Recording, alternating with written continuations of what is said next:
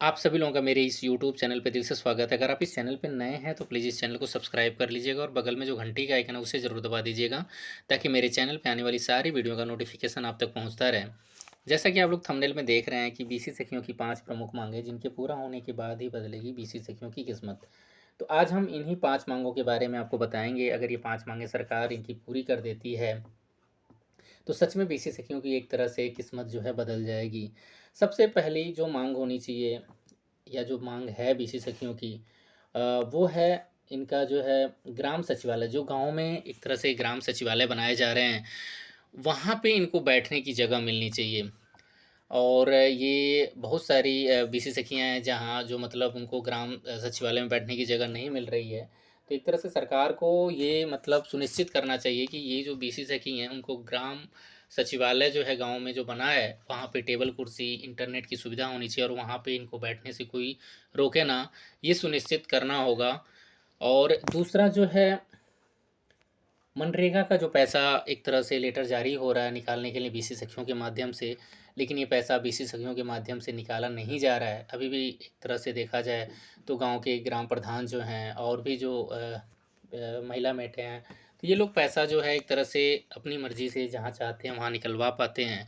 और इसके लिए अगर ये लोग लेटर जारी कर रहे हैं तो लेकिन लेटर तो जारी कर रहे हैं, लेकिन उसका एक तरह से कुछ अनुपालन नहीं किया जा रहा है।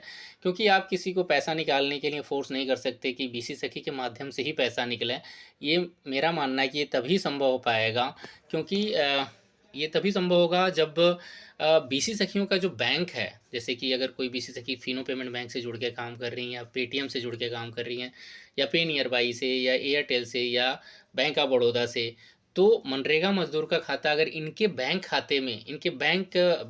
में इनका अगर मनरेगा मज़दूर का खाता होगा, तभी ये संभव हो पाएगा कि मनरेगा में जो काम करने वाले मज़दूर हैं, इनके पास से पैसा निकालें। बिना लेटर जारी किए ही एक तरह से वो निकालना शुरू कर देंगे। तो सरकार को भी चाहिए कि जो बैंक उस गाँव में मिला है, तो उसमें जो मनरेगा का जो पैसा है, जो ट्रांसफ़र हो रहा है मनरेगा का पैसा, वो पैसा उसी बैंक के खाते में ट्रांसफ़र होना चाहिए। तभी एक तरह से पॉसिबल हो पाएगा कि इस पैसे को बीसी सखियों के माध्यम से निकाला जा सके। और इसमें सबसे बड़ी प्रॉब्लम ये है कि अगर बीसी सखी मनरेगा का पैसा भी निकालती हैं, तो इस तरह से एक तरह से उनकी इनकम इतनी नहीं बढ़ पाएगी, क्योंकि कमीशन से अगर वो इनकम करती हैं, तो आप सबको पता है कि कमीशन से इनकम इतनी होती है कि बैंक आने-जाने का एक तरह से खर्चा ही पूरा हो पाए। अगर वो मज़दूर से एक तरह से पैसा लेती हैं 5-10 रुपए, तो एक तरह से गाँव में कहने के लिए होता है कि सरकारी जो पैसा है, सरकार ने बीसी सखियों के माध्यम से निकालने के लिए बोला है, तो कोई भी मज़दूर देने के लिए तैयार नहीं होता है 5 या 10 रुपए। तो अगर इनको अपनी इनकम बढ़ानी है, तो इनकी मजबूरी है कि 5 या 10 रुपए, 1000 रुपए पे ये चार्ज करना ही पड़ेगा, क्योंकि अगर इनकी इनकम नहीं होगी, तो इस काम को करने में भी ये रुचि नहीं दिखाएँगी।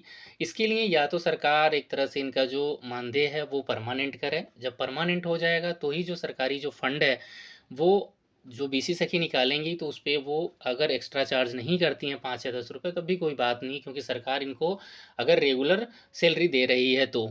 क्योंकि सरकार एक तरह से जो मनरेगा का पैसा या जो भी सरकारी फंड आ रहे हैं, वो गरीबों का भला करने के लिए एक तरह से बीसी सखी को गाँव में पोस्टिंग दिए हुए हैं, ताकि जो मज़दूर हैं वो बैंक आने-जाने में उनको एक तरह से टाइम खर्च होता था, पूरे दिन का उनका टाइम खराब हो जाता था और बैंक आने-जाने में उनका पैसा भी खर्च होता था। तो इन सारी चीज़ों को बचाने के लिए, समय को बचाने के लिए, जो खर्च हो रहा है बैंक आने-जाने का, जो मज़दूर का खर्च हो रहा है, उसको बचाने के लिए एक तरह से बीसी सखी की पोस्टिंग हुई है, ताकि ये सरकारी जो फंड है बीसी सखियों के माध्यम से निकाला जा सके। तो यहाँ पे मज़दूर का तो लाभ हो जाएगा, लेकिन जो बीसी सखियाँ हैं, वो अगर उनको इनकम नहीं होगा तो वो इस काम को करना नहीं चाहेंगी। तो इसके लिए 2 ही तरीके हैं, या तो बीसी सखी जब तक सरकार इनका जो है मानदेय रेगुलर नहीं करती, तब तक वो 5 या 10 रुपए चार्ज कर सकती हैं। जब ये सरकार इनका जो अपना जो सैलरी है, जो मानदेय है, वो परमानेंट कर देती है, तो ये ना चार्ज करें और अपने गाँव के लोगों का ही एक तरह से वो भला करें, वही सही रहेगा। तीसरा जो इनका एक तरह से माँग है, वो है जो 75,000 रुपए जो सरकार ने एक तरह से लोन दिए, इसमें से जो है 40,000 रुपए तो एक तरह से इन्होंने डिवाइस में यूज़ कर लिया है। 40,000 रुपए एक तरह से डिवाइस में यूज़ है, तो इस 40,000 को सरकार को पूरी तरह से एक तरह से माफ़ कर देना चाहिए। और जो इस पे 4% का जो ब्याज के लिए सरकार बोल रही है, जो लोन के ऊपर ब्याज है, वो भी पूरी तरह से माफ़ होना चाहिए। क्योंकि बाकी जो रेस्ट जो मनी जो बाकी जो पैसा है 30 से 35,000 रुपए जो इनके पास बच रहे हैं, उस पैसे को सरकार ईएमआई के तौर पे वापस ले सकती है जब इनकी इनकम होना शुरू हो जाएगी। जब इनकी अगर मंथली इनकम 4 से 5 या 6,000 इनकी मंथली इनकम होना शुरू हो जाएगी, तब जो बाकी पैसा है 30 से 35,000 उसको ईएमआई के तौर पे 1 या 2 साल में रिटर्न सरकार ले ले, तो वो सही रहेगा बीसी सखियों के लिए। क्योंकि ये जो 40,000 है, वो एक तरह से इन्होंने तो डिवाइस में यूज़ कर दिया है, तो बाकी जो पैसा बचा है वही पैसा है इनके पास काम करने के लिए। तो अगर सरकार इस 75,000 और उस 75,000 के ऊपर 4% ब्याज लेगी, तो मुझे नहीं लगता कि बीसी सखी कोई काम करेगी। और इस सरकार अगर सरकार ये 75,000 लेगी और उसके ऊपर 4% ब्याज भी लेगी, तो कोई भी बीसी सखी नहीं दे पाएँगी। 75,000 या उसके 4% ब्याज भी इम्पॉसिबल है बीसी सखियों के लिए वापस लौटाना।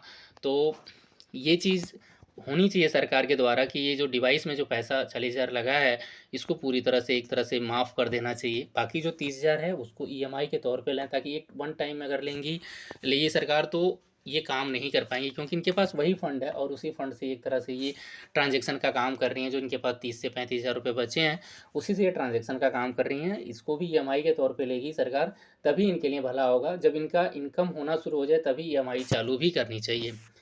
चौथी जो एक तरह से इनकी जो मांग है बीसी सखियों की, वो एक तरह से जो इनका मानदेय अभी 6 महीनों के लिए 4,000 रुपये दिया जा रहा है, वो बढ़ाया जाए, 4,000 की जगह 6,000 या 8,000 किया जाए। क्योंकि आप सभी लोगों को पता है कि आज के महंगाई के टाइम में 4,000 रुपये क्या होते हैं, 4,000 में तो कुछ भी नहीं होता है। तो इसको जो है एक तरह से बढ़ाया जाए, 4 से 6,000 मतलब 6 या 8,000 के करीब किया जाए। और दूसरा मतलब इनका जो मानदेय है, वो भी जो 6 महीने के लिए दिया जा रहा है, वो एक तरह से रेगुलर किया जाए। और पाँचवा इनका जो मांग है, जो डिवाइस मिला है इनका, बीसी सखियों को जो डिवाइस दिया गया है, उसमें 3 साल का इंश्योरेंस है। मतलब आपका डिवाइस में कोई दिक्कत आती है, तो ये बैंक वाले एक तरह से 3 साल तक ये लोग मतलब सर्विस करके देंगे। इसमें कोई दिक्कत आती है वो चार्ज नहीं करेंगे। तो 3 साल जब इंश्योरेंस ख़त्म हो जाएगा, तो एक तरह से डिवाइस एक वैसे ही ख़राब हो जाएगी, फिर आपको पैसे देके इंश्योरेंस कराने पड़ेंगे, तभी ये लोग सर्विस देंगे। और इलेक्ट्रॉनिक डिवाइस की 5 से 6 साल एक तरह से वह मतलब चलता है, उसके बाद तो वैसे भी काम नहीं करता। तो अगर ये इंश्योरेंस पीरियड जो 3 साल का है वो ख़त्म हो जाएगा, तो बाद में आपको इस डिवाइस को रिपेयर कराने में काफ़ी खर्च होंगे।